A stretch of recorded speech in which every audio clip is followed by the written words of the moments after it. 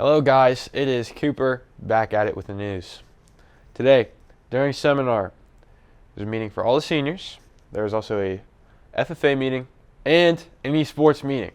So go to all of them. Alright. So Power Hour on Friday.